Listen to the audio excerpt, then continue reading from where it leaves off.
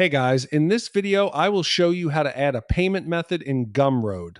All right, let's begin. First, log into your Gumroad account and open your dashboard from the top right corner.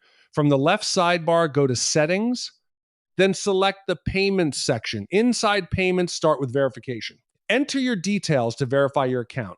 Next, choose your payout schedule, such as weekly, monthly, or quarterly, and check the minimum payout amount for your country.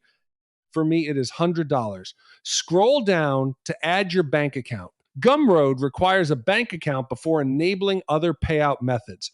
Enter your bank details to receive your first payout.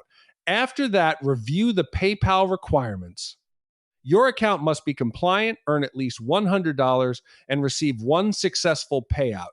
Once these conditions are met, you can add your PayPal account. So that's basically how you can add a payment method in Gumroad. That's it for this video. Thanks.